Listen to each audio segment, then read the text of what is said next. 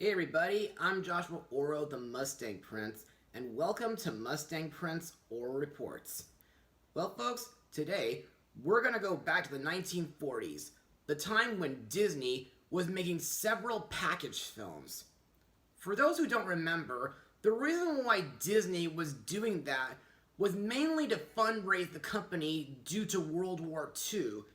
And so far, I previously looked at films like The Three Caballeros, Fun and Fancy Free, and The Adventures of Ichabod and Mr. Toad. And the movie that I've chosen to look at today is not only Disney's fifth package film, but it's also their 10th movie in their animation studio. Released on May 27th, 1948, the movie is Melody Time. Now, on for the plot of the film. Melody Time features 7 classic animated stories set to a rousing array of music from the 1940s, from the likes of Roy Rogers and the Sons of the Pioneers, Ethel Smith, and Francis Langford.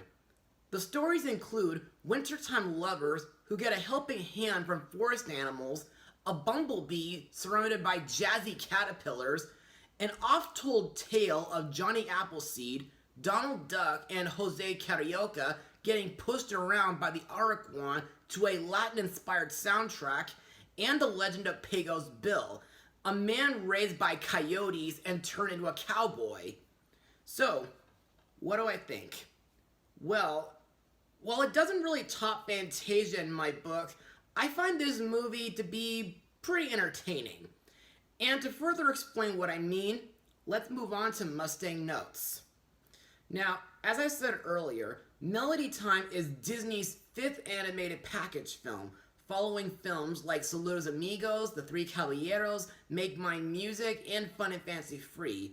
In late 1947, Walt Disney announced that he would be releasing a regrouping of various cartoons at his studio under 2 titles, Melody Time and 2 Fabulous Characters, to be released in August 1948 and 1949, respectively.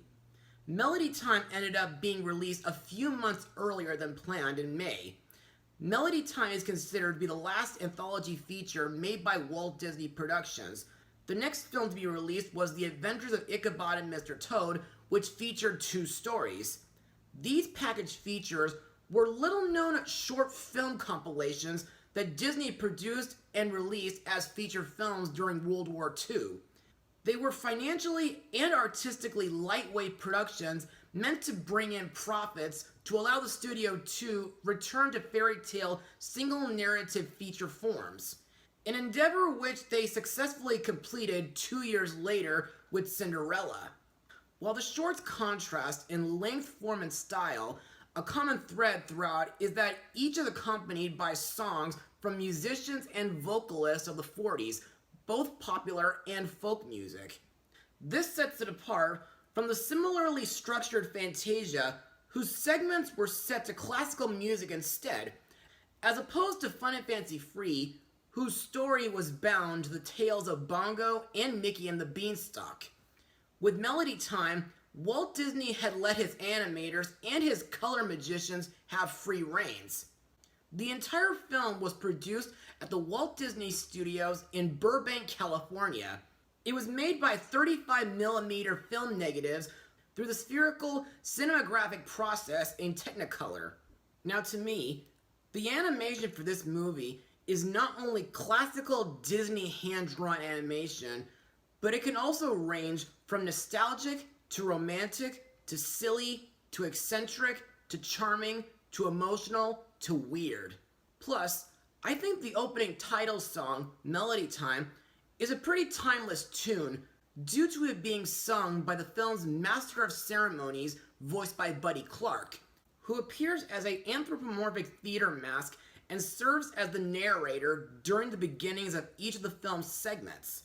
Also to note, I think it's pretty clever that during the song, the credits are displayed on a musical score, and then it shifts to the film's framing device, a painting easel with a paintbrush that paints out each of the animated segments, which to me gives it a very magical touch, and it also gives off the phrase, animation come to life with art and music. And now, let's talk about each of the film's segments. First up is Once Upon a Winter Time. Now, this segment, sung by Frances Langford, is a valentine about two romantic lovers named Joe and Jenny on a wintry day in 1800s December, and they are joined by two rabbits, two bluebirds, and two squirrels. While the two lovers are out ice skating, Joe tries to show off for Jenny by jumping over several logs, which upsets her after getting wet and falling onto the ice, causing the couple to separate. But then things become dangerous when Jenny ignores the thin ice sign and the male rabbit who tries to warn her and his girlfriend, and suddenly the frozen pond cracks and a timely rescue ensues. Now, before I ever watched Melody Time on VHS, I was first introduced to this segment by watching a Walt Disney Christmas and Disney's Very Merry Christmas sing-along while at daycare. And to me, Once Upon a Winter Time is a very romantic and beautiful song, and I think Frances Langford's singing is absolutely classical. And I love the part where the chorus joins in. Plus, I think Joe and Jenny are such a romantic couple. The rabbits are pretty silly while intertwining with them, and I also like the part where the horses save Jenny and the female rabbit from falling over a waterfall. Also, I think this is the kind of cartoon that you'd most likely watch during the Christmas season. Speaking of which, about 5 years ago, this segment became featured on the Olaf's Frozen Adventure DVD. Next up is Bumble Boogie. This segment features the story of a bumblebee named Bumble trying to escape the visual display and eminent harmony of a musical frenzy. The music was performed by Freddie Martin and his orchestra with Jack Fina at the piano, and it was inspired by Rimsky-Korsakov's Flight of the Bumblebee. Plus, it was one of the many pieces that were originally considered for inclusion in Fantasia. Now to me, this segment is very fast-paced, surreal, psychedelic, and eccentric, due to it featuring several strange creatures like snakes and caterpillars and butterflies made of piano keys and trumpets with eyes. And I think the main character, Bumble, is a very timid little fella who's trying to seek freedom from the music, and I feel bad for all the stuff that happens to him, like getting pursued by instrumental flowers and piano hammers and getting caught in a cage. Also, I kind of get the feeling that this segment might have been a sneak peek of Alice in Wonderland, which wouldn't be released as an animated Disney film until 3 years later. Now we come to the legend of Johnny Appleseed. For those who haven't seen my blog of Disney's American Legends last year, this is a retelling of the story of John Chapman, who spent most of his life roaming the Midwestern United States, mainly Ohio and Indiana, in the frontier days and planting apple trees, thus earning his famous nickname. As I said last year, this was the very first Disney-adapted American folktale that I've ever known about, due to me being introduced to it during my early elementary age when I was about 4 to 5 years old. And during class, after watching this cartoon, we've made several treats with apples. Also, to this day, I think this segment is truly an American classic, and I think this is the kind of cartoon that Applejack would love. Plus, I think Dennis Day is really talented while narrating and voicing Johnny and his guardian angel. Also, I think Johnny Appleseed was a brave, smart, and faithful young man, and I like that he's grateful to the Lord for giving him the things that he needs, and he's also very kind and gentle to the woodland animals that he makes friends with while journeying across the country. And I think Johnny's angel is wise, protective, with a bit of a no-nonsense personality, and he makes a great grandfather figure. Also, I think this segment has classical songs like Johnny's song, The Lord is Good to Me, the Pioneer song, Get on the Wagon Rollin' West, the Angels song, There's a Lot of Work to Do, and the Apple Feast Hoedown song. Also to note, there's one part in this segment that's not featured in American Legends. It's the scene at the beginning where the Master of Ceremonies shows us this American folklore book, which shows the symbols of many American heroes like Paul Bunyan's axe, John Henry's hammer, Davy Crockett's rifle, and of course, Johnny Appleseed's tin pot hat, his bag of apple seeds, and his holy book. Next we come to Little Toot. Based on the poem by Hardy Gramacki, this segment tells the story of a small tugboat in New York City who wants to be just like his father, Big Toot, but he can't seem to stay out of trouble. One day, while helping his father with an ocean liner, Little Toot pushes on its rudder, which causes it to spin out of control and crash into the city. Because of this, he's escorted in chains outside the harbor limits by the harbor patrol as punishment for his actions, and his father is demoted to pulling garbage barges in disgrace. 12 miles from the harbor, all alone, Little Toot gets caught in a fierce storm and discovers a ship in distress on the rocks. He tries to pull the ship out, but thankfully, some lightning bolts shock him enough that he pulls the entire liner free as the storm ends. After surviving the waves, Little Toot tows the liner into port all by himself, with his father proudly watching. The song for the segment was performed by the Andrews Sisters, who previously sang the Johnny Fedora and Alice Bluebonnet song in Make Mine Music. To me, ever since I saw it on the Disney Channel years ago, I thought this cartoon was pretty cute, charming, and epic. And I think it gives a nice moral about taking responsibility. Plus, I think the main character, Little Toot, is cute, playful, and mischievous, but later, after his huge accident, he becomes determined to make his father proud of him. And he was also very brave at facing a huge storm while towing a ship in distress. However, the part where Little Toot was being taunted by menacing bell buoys was really creepy. Fun fact, out of all 7 of these musical segments, Little Toot would have to be the most famous, inspiring Robert D. Cardona and David Mitton, whom were part of Thomas and Friends' directing and producing crew, to create the British children's TV series Tugs, a series about the adventures of 2 anthropomorphized tugboat fleets, the Starfleet and the Z-Stacks, who compete against each other for the best job contracts in the big city port during the 1920s. And years later, the short was featured on Sing Me a Story with Belle. Our next segment is Trees. Now this is a reciting of a famous Joyce Kilmer poem with the lyrical setting of Trees Through the Seasons with music by Oscar Rasbach.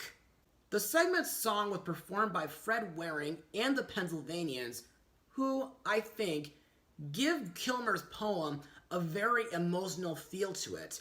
And I think the animation that accompanies it kind of gives me flashbacks from both Bambi and the Old Mill.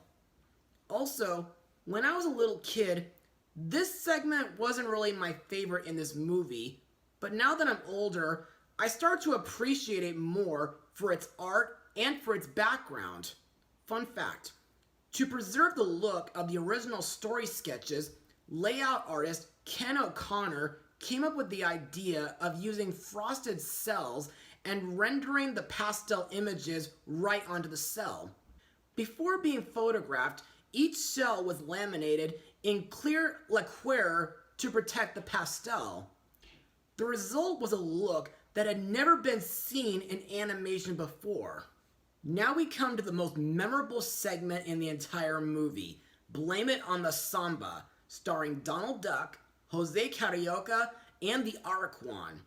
In this segment, Donald and Jose are down in the dumps until the Araquan bird, who runs a full-string cafe, introduces them to the pleasures of the samba.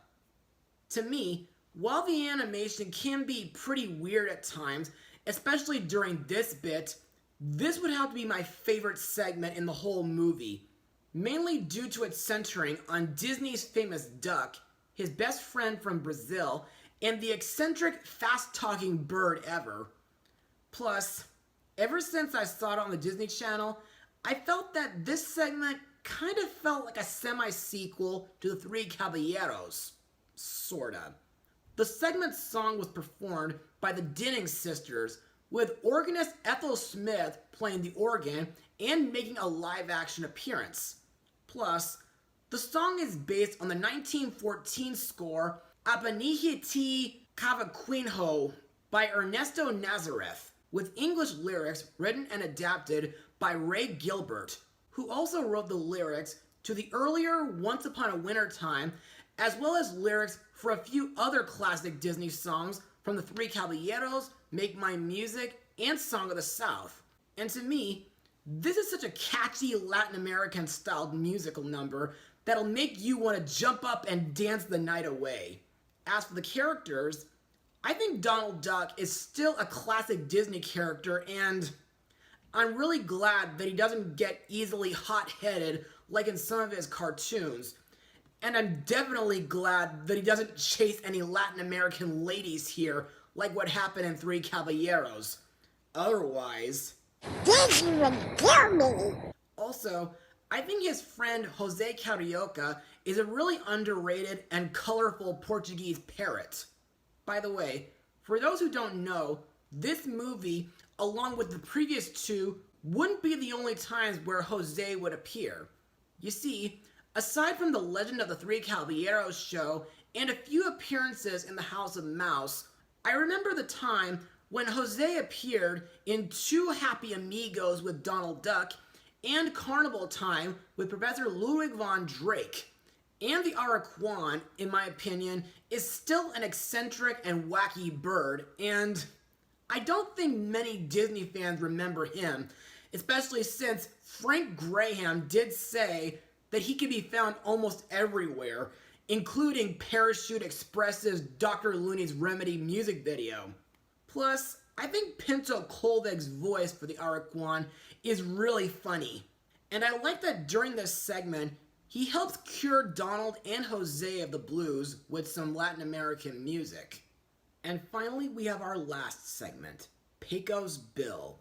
This finale is a retelling of the famous roughest, toughest cowboy in the West and his trusty steed, Widowmaker.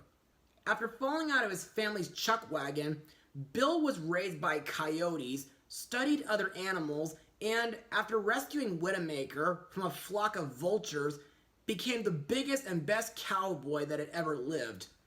And later, it recounts the ill-fated romance between Bill and a beautiful prairie cow gal named Slewfoot Sue, with whom he fell in love with at first sight until a jealous Widowmaker made Sue to get literally stranded on the moon at their wedding day.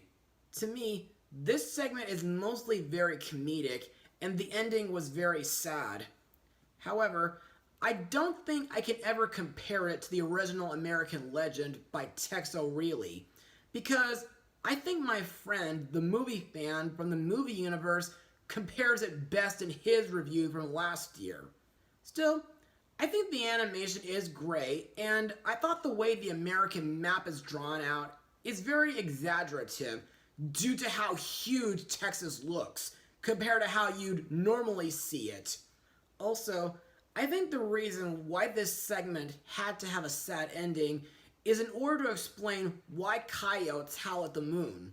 Plus, I like that it features Roy Rogers, his smart horse Trigger, Bob Nolan, and the Sons of the Pioneers telling the story in a live-action frame. And I think the songs that they sing throughout the segment are absolutely timeless, classical, and awesome. For example, there's Blue Shadows on the Trail, which to me makes a nice calming campfire song, and of course the Pecos Bill ballad, which would have to be my absolute favorite. And every time I listen to it, it kind of makes me think of Johnny Cash's Ghost Rider song. Also, during the song, not only are there a few fourth wall breaks, but Bill does all sorts of unbelievable things, like bringing the rain from California to save Texas from the drought and to make the Gulf of Mexico, capturing a band of cattle rustlers and punching out all their gold teeth to save his cow, digging the Rio Grande with a stick while traveling through the desert, and creating the Texas Lone Star while shooting stars. By the way, there are two parts of the song that were censored, like the part where Bill is smoking a cigarette while riding a tornado, and the part involving painted Indian Native Americans and the creation of the painted desert. But thankfully, you can watch this song in full, not only on YouTube, but also on Disney+. Also to note, the two children whom Roy Rogers and the Sons of the Pioneers tell the story to are played by then popular Mouseketeers Bobby Driscoll and Luana Patton, whom were together in Song of the South and So Dear to My Heart. Also, I think Pecos Bill was described best as the Western Superman, and the idea of him being raised by coyotes makes him one of several characters inspired by Rudyard Kipling's The Jungle Book novel. His horse Widowmaker was not only Bill's best pal, but he was also described as a killer and dynamite on the hoof. However, what keeps him from being a great character was his jealousy. In fact, he was the one responsible for bouncing Sue into the sky and for causing Bill to miss while trying to save her by standing on his rope. As for Slewfoot Sue, well, in my opinion, while she is beautiful and a thrill-seeking daredevil, at the same time, like Katrina Van Tassel from The Legend of Sleepy Hollow, she can be a bit manipulative and demanding due to her wanting to wear a bustle on her backside and wanting to ride Widowmaker on hers and Bill's wedding day.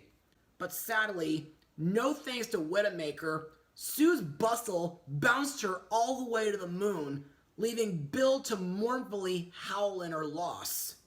And now, on to my final words. Overall, for Disney's 10th animated feature, Melody Time is a pretty entertaining movie. Buddy Clark was a classical host, the film's framing device was clever, and the animated segments are fun, enjoyable, and magical, even though not all of them are the best shorts in the Disney collection. Plus, like I said earlier, the animation can range from romantic, eccentric, charming, nostalgic, emotional, weird, and silly. The songs are timeless and catchy, and all the performers that Disney chose for the segments do a remarkable job while singing, voicing, narrating, or playing their music. Still, while it's not one of my favorite animated films from Walt Disney's time, I do recommend this movie for folks who mostly love animated oldies, so be sure to check it out, either on DVD or on Disney+. As for my rating, I'll give it an 88% out of 100. Well, that's all for now. Join me on Super Bowl weekend where I look at an extreme goofy sequel, Mustang Power.